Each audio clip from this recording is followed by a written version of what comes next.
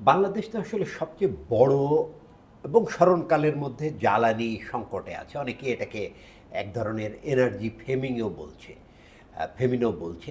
আন্তর্জাতিক বা ভাবেও এই বিষয়টা আলোচিত হচ্ছে। অন্তর্বর্তীকালীন সরকার নিত্যদিনের কাজ অব্যাহত রেখেছে, কিন্তু সংকট মোকাবেলায় চ্যালেঞ্জ নিতে হবে আগামী নির্বাচনে যারা ক্ষমতায় আসবে তাদের জন্য। এই অবস্থায় মানে যে দলগুলো সম্ভাব্য ক্ষমতায় যেতে পারে তাদের কি ধরনের প্রস্তুতি নেওয়া শুরু করা উচিত? ধন্যবাদ আমজাদ ভাই। দেখেন, এই এনার্জি এবং পাওয়ার এই বিষয়টা শুধু অবকাঠামো এর মধ্যে দেখলে চলবে না। এর মূল প্রয়োজনীয়তা আমার অর্থনীতিতে, এর মূল প্রয়োজনীয়তা আমার উৎপাদন, আমার রপ্তানি এবং আমার কর্মসংস্থান এবং আয়, সেই জায়গাটায়। এখন বাংলাদেশের মতো জনবহুল দেশে 190 মিলিয়ন লোক, সেখানে আবার প্রায় 68% তারা কর্মক্ষম বয়সের মানুষ, তরুণ বলতে পারেন আর কি, বা ওয়ার্কিং এজ পপুলেশন। এরকম একটা পরিস্থিতিতে এখানে জব ইন্টেন্সিভ বা কর্মবহুল বা কর্মঘন শিল্প খুব গুরুত্বপূর্ণ। কারণ এগ্রিকালচার, সার্ভিস, এই দুটোর মাধ্যমে শুধু আমরা এত বড় ইয়াং পপুলেশনকে, আমরা ওয়ার্কিং এজ পপুলেশনকে কর্মসংস্থান দিতে পারবো না। আমাদের শ্রমঘন শিল্প অত্যন্ত গুরুত্বপূর্ণ, শ্রমঘন সার্ভিস বিজনেস সেটাও আমাদের জন্য অত্যন্ত গুরুত্বপূর্ণ। আবার কৃষির ক্ষেত্রেও একটা বাংলাদেশের প্রায় 37% লোক ডাইরেক্টলি ইনডাইরেক্টলি কৃষি থেকে তাদের ইনকাম নেয়। এখন আপনি শ্রমঘন শিল্প, শ্রমঘন সার্ভিস বা কৃষি, তিন জায়গায় তো জ্বালানি ছাড়া এটা অচল। আপনার পাওয়ার বা গ্যাস ছাড়া আমার ম্যানুফ্যাকচারিং চলবে না। আমার যে সার্ভিস সেক্টর, সেটা রিটেল হোক, রেস্টুরেন্ট হোক, বা অন্যান্য ট্যুরিজম সার্ভিসেস হোক, পাওয়ার ছাড়া সেটা চলবে না।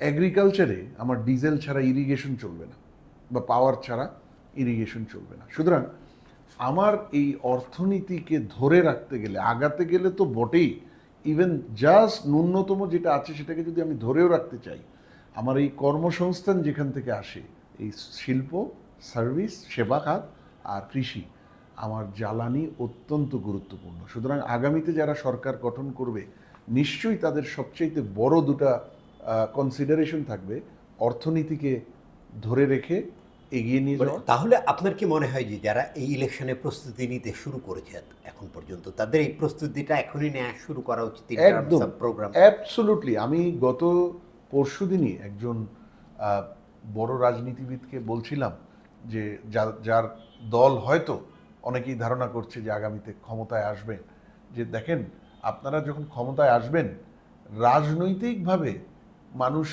পুরো দেশের মানুষ বা একটা বড় অংশ তারা অসন্তুষ্ট হওয়া, সেটা সময় লাগবে, সেটা আপনাদের কর্মকাণ্ডের উপর নির্ভর করবে, সেটা অসন্তুষ্ট নাও হতে পারে। কিন্তু অর্থনীতি যদি ভালো না থাকে, চাকরি যদি না থাকে, ইনকাম যদি ভালো না থাকে, দ্রব্যমূল্য যদি নাগালের মধ্যে না থাকে, 6 মাসের মধ্যেই পুরো দেশের মানুষ অসন্তুষ্ট হওয়ার রিস্ক থেকে যায়। সুতরাং সেই জায়গা থেকে তাদের, যারাই ক্ষমতায় আসবে ফেব্রুয়ারি ইলেকশনের পরে বা যখনই ইলেকশন হবে তারপরে, তাদের 1 নম্বর প্রায়োরিটি থাকবে অর্থনীতির যে স্টেবিলাইজেশন এফোর্ট চলছে, স্থিতিশীল করার এফোর্ট চলছে, সেটাকে আরও শক্তিশালী করে অর্থনীতির প্রবৃদ্ধিটাকে আরও বেগবান করা। সুতরাং সেটা করতে গেলেই তাদের সবচেয়ে বড় যে 2টা বা 3টা বিষয় আছে, উৎপাদন, কর্মসংস্থান, আয়, সেটাকে এনশিওর করার জন্য যে সবচেয়ে বড় 2-3টা বাধা আছে, এর মধ্যে একটা হলো জ্বালানি। সুতরাং এখনই তাদেরকে এই বিষয়ে চিন্তা করতে হবে। না, এই যে সম্প্রতিকাল আমরা বিভিন্ন স্টাডিতে দেখছি যে চাহিদা মতন গ্যাস এবং কোয়ালিটি ইলেকট্রিসিটি না পাওয়ার কারণে শিল্পভেদে 30 থেকে 40% পর্যন্ত উৎপাদন বিঘ্নিত হচ্ছে। অন্যদিকে বাংলাদেশ এলডিসি গ্র্যাজুয়েশনের দ্বার প্রান্তে, এতে শুল্ক সুবিধা উঠে যাওয়ার কারণে শিল্প খাত নতুন চ্যালেঞ্জে পড়বে। ইতিমধ্যে 16টি ব্যবসায়িক প্রতিষ্ঠান তারা এটাকে 4 বছর পিছিয়ে দিতে বলেছে। তো এই যে উৎপাদনশীলতার যে এনার্জির যোগ, এবং এলডিসি গ্র্যাজুয়েশন, এই পুরো বিষয়টাকে কিভাবে দেখবেন? এটা কি আসলেই পিছিয়ে দিয়ে আমরা সামাল দিতে পারবো, নাকি অন্য উপায়ে যেতে হবে এনার্জি না, যোগানের? পিছিয়ে দিয়ে শুধু সময় পিছালে তো হবে না। সেই যদি বর্ধিত সময় পাওয়া যায়, সেই সময় প্রিপারেশনগুলো, সক্ষমতা বাড়ানোর যে প্রস্তুতি এবং কাজগুলো, সেগুলো সম্পন্ন করলেই তো তখন গিয়ে আমরা সেই চাপ সামলাতে পারবো। এলডিসি পরবর্তী যে সুবিধা চলে যাবে, যাওয়ার ফলে যে চাপ, এবং সেই জায়গায় পাওয়ার অ্যান্ড এনার্জি, সেই সক্ষমতার বাড়ানোর বিষয়টাও একটা অত্যন্ত গুরুত্বপূর্ণ প্রস্তুতির বিষয়। আপনি সঠিকভাবেই বলেছেন যে এলডিসি গ্র্যাজুয়েশন সেটা এই মুহূর্তে 2026-এর নভেম্বরে শিডিউলড। সেটা যখন হয়ে যাবে, তার 3 বছরের মাথায় 29 সাল থেকে আমরা আর ট্যারিফ ফ্রি অ্যাক্সেস পাবো না আমাদের সবচাইতে বড় রপ্তানি মার্কেট ইউরোপিয়ান ইউনিয়ন, এবং এর সাথে সাথে জাপান, কানাডা, অস্ট্রেলিয়া, এই দেশগুলোও আছে। এখন সেই জায়গায় যখন আমার 8 থেকে 13% খরচ বেড়ে যাবে, মানে ট্যারিফ বাড়ার কারণে, আমি তো 8 থেকে 13% দাম বাড়াতে পারবো না, তখন তো আমার ডিমান্ড পড়ে যাবে। তার মানে এই এডিশনাল কস্টটাকে আমাকে অ্যাবজর্ব করতে হবে, তাই না, এফিসিয়েন্সি বাড়িয়ে। তো এই 8 থেকে 13% যে এক্সট্রা ট্যারিফ ইম্পোজড হবে, এবং আমেরিকায় কিন্তু অলরেডি 20% ট্যারিফ, ট্রাম্প ট্যারিফ নামে অতিরিক্ত ইম্পোজড হয়ে গেছে। সুতরাং এই যে অতিরিক্ত ব্যয় বাড়বে বাংলাদেশ থেকে ইম্পোর্ট করার বিভিন্ন দেশের, সেই জায়গায় আমরা কি ছাড় দিতে পারবো, কোন জায়গায় এফিসিয়েন্সি ইনক্রিজ করতে পারবো, কোথায় আমরা কস্ট কমাতে পারবো, সেই তখনই চলে আসে যে আমার এনার্জি এবং পাওয়ার, সেটার আনইন্টারাপ্টেড সাপ্লাই, সেটার কোয়ালিটি সাপ্লাই, সেটা যদি না থাকে, আমি মানে ট্যারিফের যে ধাক্কা, ঊর্ধ্বমুখী ধাক্কা, ব্যয় বা ট্যারিফের ইম্পোজিশনের কারণে যে আমার ওভারঅল ব্যয় বৃদ্ধি, সেটাকে তো আমি সামলাতে পারবোই না, বরঞ্চ আমার উৎপাদন বা ডেলিভারি টাইমলি করা, সেটা আমার একটা হুমকির মুখে পড়ে যাবে। সুতরাং এলডিসি গ্র্যাজুয়েশন পরবর্তী বলি, আর আমার স্বাভাবিক এলডিসি গ্র্যাজুয়েশন যদি আপনার 3 বছর আরও আমরা পাইও, বর্ধিত সময় আমরা পাইও, আমার তো স্বাভাবিক উৎপাদনের ধারা বজায় রাখতে হবে, স্বাভাবিক সেবা খাতের অপারেশন বজায় রেখে আমাকে প্রবৃদ্ধি আনতে হবে। তাহলে এই স্বাভাবিক ধারাটাই তো এই মুহূর্তে বাধাগ্রস্ত, কারণ আমার কোয়ালিটি ইলেকট্রিসিটি অভাব, আমার আনইন্টারাপ্টেড এনার্জির অভাব। না, আপনি রাইটলি ব্যাখ্যা করেছেন। আমরা সবাই জানি যে এশিয়ার সব দেশগুলোরই আসলে এনার্জি হাংরি, বিশেষ করে সাউথ এশিয়ান দেশগুলোর নানা উদ্যোগ নেওয়া হয়েছে। কিছু দেশ সফল হয়েছে, আমরাও হতে পারিনি। বর্তমানে বাংলাদেশের আমদানি নির্ভরতা প্রায় 55%। আমাদের নিজস্ব সম্পদ কিন্তু অফুরন্ত না, সীমিত কয়লা আছে, বা কিছু গ্যাস আছে। অন্যদিকে আমরা এখন যে বিদ্যুৎ উৎপাদন করছি কয়লা থেকে, কয়লা পুরোটাই আমদানি করা, এলএনজি আমদানি করা। আবার এলএনজি আমদানির অবকাঠামো আমাদের পর্যাপ্ত না, মাত্র 1100 আছে, এবং নতুন অবকাঠামো নির্মাণের 4টি উদ্যোগ চলমান ছিল। এটা এই সরকার এসে থামিয়ে দিয়েছে, একটি চুক্তি এবং 3টি নেগোসিয়েশন বাতিল করেছে।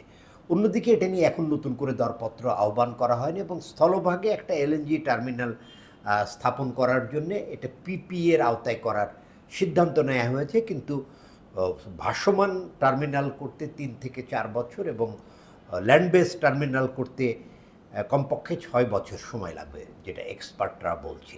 এই পরিস্থিতিকে আপনি আসলে কিভাবে মূল্যায়ন করতে চান, বেরিয়ে আসার উপায়টা কি? জি, দেখেন, ওই গত বছর 5ই আগস্টের গণ অভ্যুত্থান পরবর্তী যে বিশাল রাজনৈতিক পট পরিবর্তন, সেই পরিবর্তনের পরে আপনার অনেক ক্ষেত্রেই ইন্টারিম গভর্নমেন্টকে সুশাসন পুনঃপ্রতিষ্ঠা করার কঠিন কাজে নামতে হয়েছে, এবং এটা অত্যন্ত প্রয়োজনীয় ছিল। তো সেই সুশাসন প্রতিষ্ঠার একটা দিক ছিল আমাদের জ্বালানি খাত, যেটাকে কেন্দ্র করে অনেক অসন্তোষ, অভিযোগ এগুলো ছিল, যে এখানে রাজনৈতিকভাবে রাজনৈতিক সাপোর্টে অনেকে বেনিফিট পেয়েছেন। তো এখন হয়তো এটা মানে এটার অসত্যতা কিছু নাই, অনেকেই পেয়েছেন, এটা নিয়ে কোনো সন্দেহ নাই। কিন্তু আমরা দেখলাম যে এই সুশাসন প্রতিষ্ঠার অংশ হিসেবে যেমন রিনিউয়েবল এনার্জি ক্ষেত্রে প্রায় 37টা letter of intent blanket cancellation, মানে একযোগে ক্যান্সেল করে দিল। আমরা ওই এলএনজি টার্মিনাল, যেহেতু আমাদের ইম্পোর্টেড এলএনজির উপর আগামীতে বেশ কয়েক বছর আরও নির্ভরতা বাড়বে এবং নির্ভরতা থাকবে, আমাদেরকে এলএনজি ইনফ্রাস্ট্রাকচার বাড়াতে হবে, শক্তিশালী করতে হবে। সেইখানে আপনি যেটা বললেন কয়েকটা প্রজেক্ট আলোচনায় ছিল, নতুন প্রজেক্ট, সেগুলা 3টি নেগোসিয়েশন ছিল, একটা চুক্তি ছিল। একটা চুক্তি ছিল, সেগুলো বাতিল করেছে। তা এখন দেখেন, যেগুলো রাজনৈতিক মদতপুষ্ট প্রজেক্ট বা লেটার অফ ইন্টেন্ট বা চুক্তি হয়েছে, যেখানে ইনকেপেবল স্পন্সর চুক্তি পেয়েছে বা লেটার অফ ইন্টেন্ট পেয়েছে জাস্ট রাজনৈতিক সম্পর্ক থাকার কারণে, সেগুলোকে বিচার করে বাদ দেওয়াটাই উত্তম, এবং এটাই আমরা আশা করি এই সুশাসন প্রতিষ্ঠায় সেটাই করতে হবে। কিন্তু আমরা এটাও শুনেছি দেশি বিদেশি বিভিন্ন বিনিয়োগকারী বা খুব সুনামধন্য প্রতিষ্ঠানদের থেকে যে তাদের ক্ষেত্রেও ওই লেটার অফ ইন্টেন্ট যখন 37টা বাতিল হয়েছে, বিদেশি খুব নামকরা গ্লোবাল কোম্পানি ছিল তাদেরও বাতিল হয়েছে, লোকালি শোনা যায় যে অনেক নন পলিটিক্যাল কেপেবল কোম্পানি ছিল তাদেরটাও বাতিল হয়েছে। সুতরাং সেই জায়গাটা বোধহয় ভিন্নভাবে ডিল করা প্রয়োজন ছিল। যার রাজনৈতিক সংশ্লিষ্টতা নাই, যার মানে সক্ষমতার অভাবের কোনো ধরনের অভিযোগ নাই, তাদের ক্ষেত্রে বোধহয় আমার মনে হয় কেস টু কেস বেসিসে এগুলো বিচার বিশ্লেষণ করে এগুলো রেখে দেওয়া প্রয়োজন ছিল। একইভাবে এইখানে একটা আলোচনা আছে, মানে আপনি এলএনজি নিয়ে যেটা বলছেন সেটাও শুনবো, যেটা এই চুক্তিগুলো বাতিল করার ক্ষেত্রে যারা বাংলাদেশের জ্বালানি ইনফ্রাস্ট্রাকচার বা জ্বালানি খাতে বিনিয়োগ করতে চায় অনুসন্ধানে, তাদের মধ্যে একটা অনাস্থা তৈরি হয়েছে, যার কারণে কেউ আসছে না। এই বিষয়টাও যদি আমি অফকোর্স এটাও গুরুত্বপূর্ণ। এর সাথে ধরেন এই রিনিউয়েবল এর মতো যে 3টা এলএনজি ক্ষেত্রে, যেখানে আমাদের এলএনজি অবকাঠামো এবং গ্যাস ডিস্ট্রিবিউশন অবকাঠামো আমাদেরকে বর্তমানে এই মুহূর্তে যে অবস্থা আছে তার চেয়ে অনেক বেশি শক্তিশালী করতে হবে দেশের প্রয়োজনে। সেখানে ধরেন যে এলএনজি নেগোসিয়েশন চলছিল, সেগুলো বাতিল, চুক্তি যেটা এখনো প্রজেক্ট পর্যায়ে যায়নি এরকম একটা চুক্তি ছিল সেটাও বাতিল করেছে। এবং সেইখানে রাজনৈতিক প্রভাবের মাধ্যমে যদি কেউ সেই চুক্তি পেয়ে থাকে, ওই নেগোসিয়েশনে কেউ যদি পার্টিসিপেট করে থাকে, তাকে সেখান থেকে বাদ দেওয়াটা সেটাই শ্রেয় এবং সেটাই আমরা আশা করি, এবং সেটা যদি সেটা হয়ে থাকলে সেটা আমরা সমর্থন করি। কিন্তু বাতিল করার পরে এই প্রজেক্টে আর হাত দেওয়া হয়নি, সেই জায়গাটা আমরা মানতে পারছি না। কারণ বাতিল হয়ে যাওয়ার পর তো এটাকে নতুন করে সুশাসনের আওতায় এই ঘাটতিটা যাতে আমার পূরণ হয়, আমি যাতে নতুন করে project development, project negotiation, project awarding প্রসেসে যেতে পারি, এবং যারা যোগ্য এবং non politically capable, commercially capable, technically capable যারা প্রতিষ্ঠান আছে, তাদের কাছে যাতে আমরা এই প্রয়োজনীয় কাজটাকে এগিয়ে নিয়ে যেতে পারি দেশের জ্বালানি নিরাপত্তার স্বার্থে, অর্থনীতির জ্বালানির সাস্টেনেবিলিটির স্বার্থে, সেই জায়গাটায় বোধহয় একটা বড় গ্যাপ হয়ে গেছে। বাতিল করেছে, ঠিক আছে, আমি সেটা সমর্থন করি, যেখানে রাজনৈতিক সংশ্লিষ্টতা ছিল, যোগ্যতার অভাব ছিল, সেটা বাতিল হবে, এটাই স্বাভাবিক। কিন্তু বাতিলের পরবর্তী কাজটা তো করে নেওয়া, এগিয়ে নেওয়া উচিত ছিল যোগ্য এবং নন পলিটিক্যাল বা পলিটিক্যালি অ্যাফিলিয়েটেড না এই ধরনের স্পন্সরদের মাধ্যমে। কিন্তু সেই জায়গাটায় আমরা গ্যাপ দেখতে পাচ্ছি, এটা হওয়া উচিত হয়নি। এবং এই পুরো বিষয়টায় আমার মনে হয় একটা ইনভেস্টর কনফিডেন্সে একটা আঘাত করেছে, যে সুশাসন প্রতিষ্ঠা গুরুত্বপূর্ণ, রাজনৈতিক মদতপুষ্ট কোনো ব্যবসা প্রতিষ্ঠান তাদেরকে আলোচনা বা লেটার অফ ইন্টেন্ট বা এগ্রিমেন্ট থেকে সরিয়ে নেওয়া সেটাও গুরুত্বপূর্ণ, কিন্তু সেটা কোন প্রসেসে করা হচ্ছে, সেটা ফেয়ার প্রসেস, সেটা যারা কেপেবল এবং নন পলিটিক্যাল প্লেয়ার আছে তাদের প্রতি ফেয়ার নাকি, সেই জায়গাগুলোকে মাথায় রেখে যদি এটা করা হতো, তাহলে হয়তো এই ইনভেস্টর কনফিডেন্সটা ঠিক এই যে এখন যেভাবে ক্ষতিগ্রস্ত হয়েছে, যার ফলে আমরা দেখেছি দ্বিতীয়বার যখন এলওআই সিক করা হয়েছে, টেন্ডার করা হয়েছে রিনিউয়েবলের জন্য বা অফশোর গ্যাসের জন্য, কেউই আসেনি। তবে হ্যাঁ, এটার সাথে আরেকটা বিষয় আছে, এই ধরনের রিনিউয়েবল বা অফশোর গ্যাস এক্সপ্লোরেশন যেগুলো ব্যয়বহুল এবং লং টার্ম প্রজেক্ট,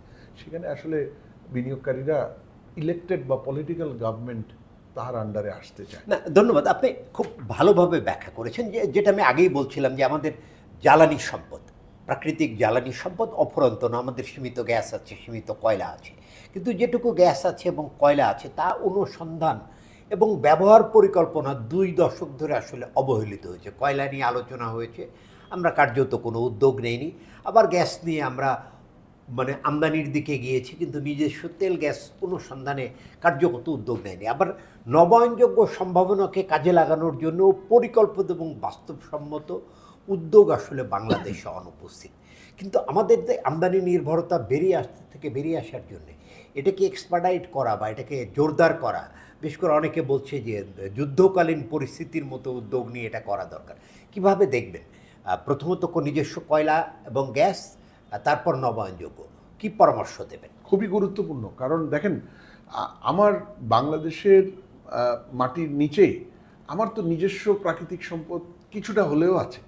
হয়তো আমার মিডল ইস্টের মতো নাই, হয়তো ব্রুনাইয়ের মতো নাই, হয়তো ইউনাইটেড স্টেটস বা রাশিয়ার মতো নাই, কিন্তু তারপরেও এইটা তো মোটামুটি এক্সপার্টরা একটা খুবই ইনফর্মড গ্যাস বা এস্টিমেট করতে পারছে যে আমাদের দেশে আরও অনেক বছর চলার মতো মানে প্রাকৃতিক জ্বালানি সম্পদ মজুদ আছে, যেগুলা আমরা আসলে গত বছরগুলোতে ঠিকমতো এক্সপ্লোরই করিনি বা উদ্যোগই নেইনি এক্সপ্লোর করার মতো। এবং সেটা গ্যাসের ক্ষেত্রে যেভাবে প্রযোজ্য, কয়লার ক্ষেত্রেও সে একইভাবে প্রযোজ্য। আমরা এই জায়গাটায় বিগত আওয়ামী লীগ সরকার তারা একটা বিশাল ব্যর্থতার পরিচয় দিয়েছে। হয়তো অনেকে বলে যে কোনো নির্দিষ্ট গোষ্ঠীর কে বেনিফিট দিতে গিয়ে, এলএনজি আমদানির সুযোগ দিতে গিয়ে এই জিনিসটা হয়তো করা হয়েছে, বাট যে কারণেই করা হয়ে থাকুক, এটা দেশের জ্বালানি নিরাপত্তা এবং সাস্টেইনেবল এনার্জি সাপ্লাইয়ের ক্ষেত্রে একটা বড় বাধা সৃষ্টি করেছে। আমি যতটুকু জানি 2011 বা 12 পরে নতুন গ্যাস ক্ষেত্র বা কয়লা ক্ষেত্র এক্সপ্লোরেশনের উদ্যোগগুলো থেমেছিল না, ইনফ্যাক্ট আসলে 2000 সালের পর বড় কোনো তেল গ্যাস ক্ষেত্র আবিষ্কার হয়নি এবং তারপরে দুই একটা ছোটোখাটো এক্সপ্লোরেশন উদ্যোগ ছিল 11 বা 12 সালের পরে, আর সেটা একেবারেই হয়নি। যার ফলে ধরেন এই এক্সপ্লোরেশনগুলো তো সময় সাপেক্ষ বিষয়, এক্সপ্লোর করলেই কিন্তু এটা পাওয়া যায় না, এবং পাওয়া গেলেও সাথে সাথে এটাকে আপনি বেনিফিশিয়ারিকে বা গ্রিডে আপনি দিতে পারবেন না। এটার একটা কয়েক বছরের ল্যাগ ডিফেক্ট আছে। সুতরাং আমরা সেই 11 বা 12 সাল থেকে আজকে 13-14 বছর আমরা তো এক্সপ্লোরই করিনি। সুতরাং আমার দেশের মাটির নিচে কোথায় এই সোনার সম্পদ, কোথাও না কোথাও তো আছে। আমার বঙ্গোপসাগরে যে আমার নিজস্ব মালিকানাধীন যে অঞ্চল, সেখানে তো ধারণা করা হয়, এক্সপার্টরা ধারণা করে যে একটা বড় গ্যাসের মজুদ আছে। তো আমরা এগুলো এক্সপ্লোরই করিনি 2011-12 থেকে নিয়ে এই 24-25 সাল পর্যন্ত। তো যার ফলে আমরা একটা বড় মানে ওইখানে আঘাত পেয়েছি ইন টার্মস অফ মানে সাস্টেইনড বেসিসে গ্যাস এক্সপ্লোরেশন, আইডেন্টিফিকেশন, সেটাকে গ্রিড লাইনে আনা এবং তার মাধ্যমে ডিস্ট্রিবিউশন।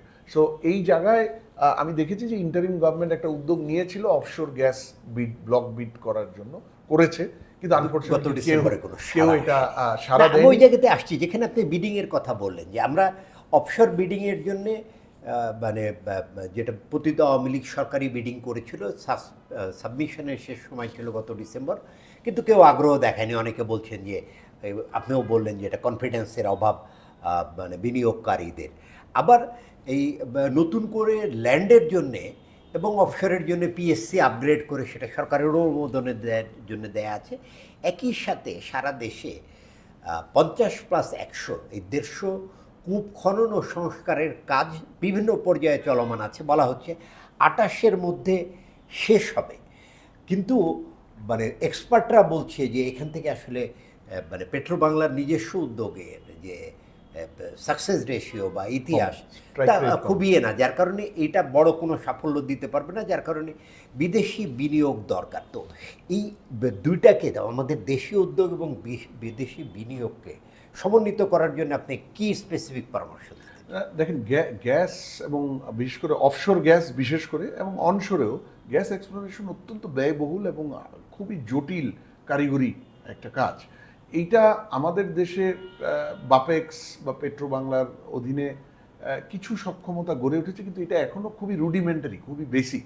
এইটা দিয়ে এই মুহূর্তে আমরা যেরকম একটা ক্রাইসিস পয়েন্টে আছি, আমাদেরকে যত দ্রুত সম্ভব যত বেশি আমাদের এই এক্সপ্লোরেশন সাকসেস প্রয়োজন হবে বা এক্সপ্লোরেশন সাকসেসটাকে ম্যাক্সিমাইজ করা প্রয়োজন হবে, সেটার সক্ষমতা আমার ধারণা আনফর্চুনেটলি এই মুহূর্তে হয়তো বাংলাদেশে নাই। সুতরাং আমাদেরকে এখানে গ্লোবাল প্রুভেন যে অয়েল অ্যান্ড গ্যাস কোম্পানি, তাদেরকে যতটা পারা যায় ইনভাইট করতে হবে। এটাতে তাদের যে ইনিশিয়াল ক্যাপিটাল রিকোয়ারমেন্ট, যেটা অত্যন্ত একটা মানে ব্যয়বহুল, সেটাও তারা কাভার করবে।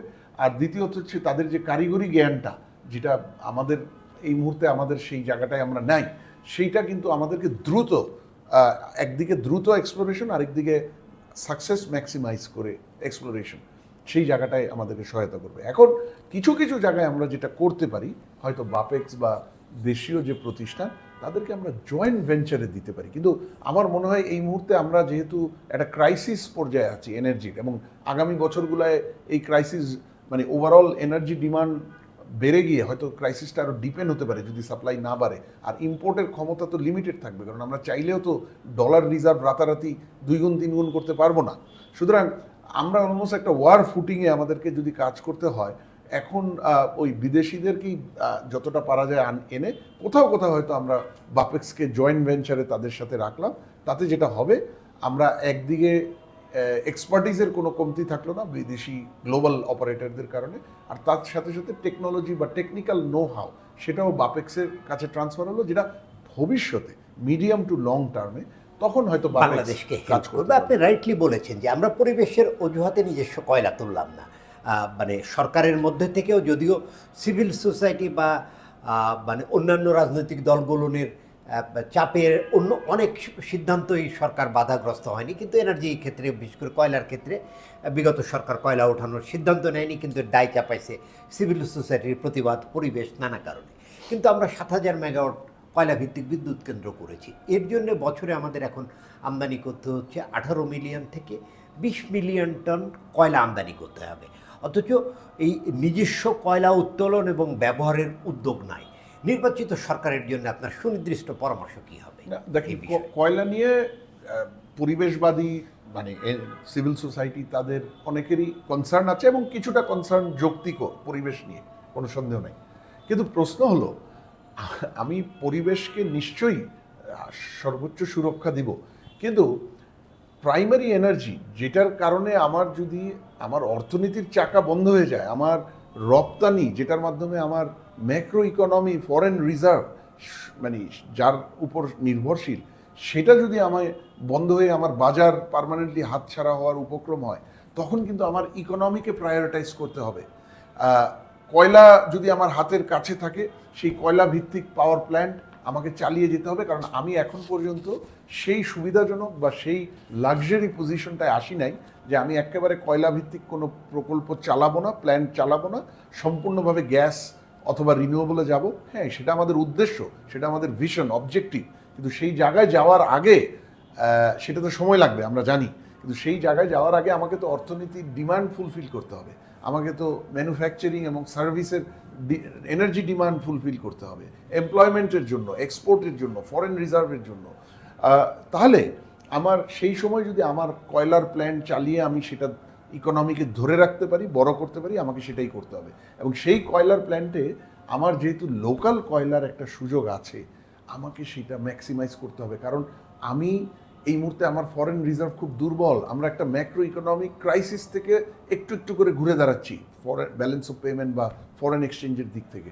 সুতরাং আমি চাইলেও খুব বেশি ইম্পোর্ট বাড়াতে পারবো না, আর যেই জায়গায় ইম্পোর্ট কমানোর সুযোগ আছে সেই জায়গাগুলো আমাকে এক্সপ্লোর করতে হবে। সুতরাং সেইখানে আমার যদি লোকাল কয়লা উত্তোলনের সুযোগ থাকে, সেই উত্তোলনের সুযোগ আমাকে নিতে হবে। কিন্তু একটা জিনিস, সেই কয়লার প্ল্যান্ট চালাতে গিয়ে আর লোকাল কয়লা উত্তোলন করতে গিয়ে এখন পৃথিবীতে অনেক ধরনের টেকনোলজিক্যাল অ্যাডভান্সমেন্ট হয়েছে, সুতরাং সেখানে পরিবেশের উপর যে বিরূপ প্রভাবটা, সেটাকে কিন্তু মিনিমাইজ করার অনেক টেকনোলজি আসছে, সেইগুলোকে আমাদের প্রায়োরিটি দিতে হবে। না, ধন্যবাদ। আপনি ফরেন কারেন্সির কথা বললেন। আমরা জানি যে গত 2-3 বছরে এটা টাকার বিপরীতে প্রায় মানে ডলারের বিপরীতে টাকা প্রায় 40% অবমূল্যায়ন হয়েছে, যা বিদ্যুৎ খাতের খরচকে অনেক বাড়িয়ে দিয়েছে, বিশেষ করে টাকার অঙ্কে। এখানে লাগাম টানার কোনো সুযোগ আছে কিনা, বা কী ধরনের প্রস্তুতি নেওয়া দরকার লাগাম? এখানে আমার মনে হয়, দেখেন, ডলার তো মানে 40% ডিভ্যালু হয়ে গেছে, এটা তো আর সহসাই ডলারের দাম কমবে এটা আশা করা যায় না। তো আধা পয়সা মানে 50 পয়সা কমেছে রিসেন্টলি, এরকম অল্প কিছু।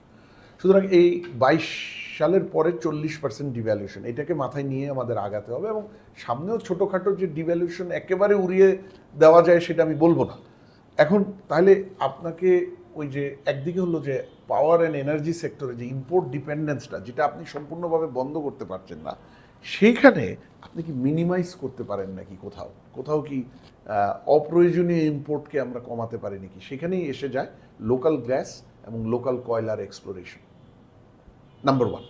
নাম্বার টু, এখন আপনার যেহেতু দাম বেড়েছে ইম্পোর্টের এবং সে কারণে প্রোডাকশনের খরচ বেড়েছে, এখন এটার দুইটা ওয়ে, একটা হলো আপনি ভোক্তার উপর পুরোটা চাপিয়ে দিতে পারেন, কিন্তু সেটা কিন্তু উচিত হবে না, কারণ ভোক্তা অলরেডি গত কয়েক বছরে অনেক বেশি প্রাইস দিচ্ছে, সুতরাং আপনি যদি বাড়াতেও যান একটা পর্যায়ের বেশি বাড়াতে পারবেন না।